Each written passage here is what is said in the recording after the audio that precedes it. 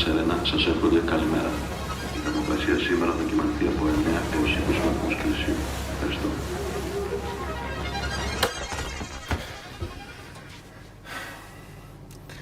Είμαι ο καλύτερος.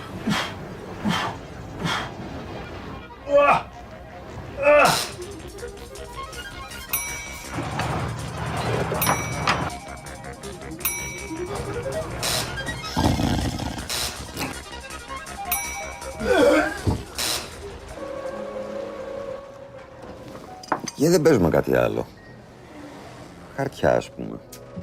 Δυστυχώς, εγώ δεν παίζω χαρτιά. Γιάννη, φοράς παπούτσια.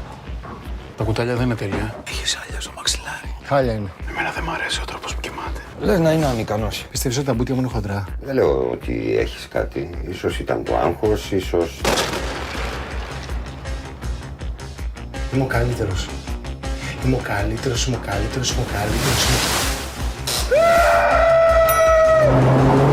Βοήθεια!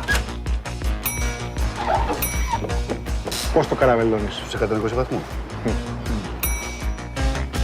Είμαι ο καλύτερος, είμαι ο καλύτερος, είμαι ο καλύτερος, είμαι ο καλύτερος.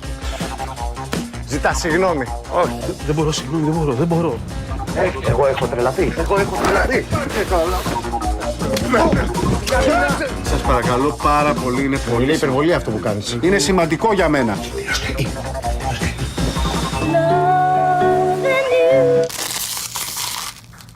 Θεωρείς τον Γιώργο καλύτερο από μένα? Ο Χρήστος θα κερδίσει, Σου έχω βάλει πολύ καλούς βαθμούς, να ξέρεις. Ωραία. Στο Χρήστο. Μπράβο Χριστάκη, μπράβο Χριστάκη. Και να κερδίσεις δεν σημαίνει ότι είσαι ο καλύτερος γενικότερα. Εγώ ξέρω ένα παιχνίδι.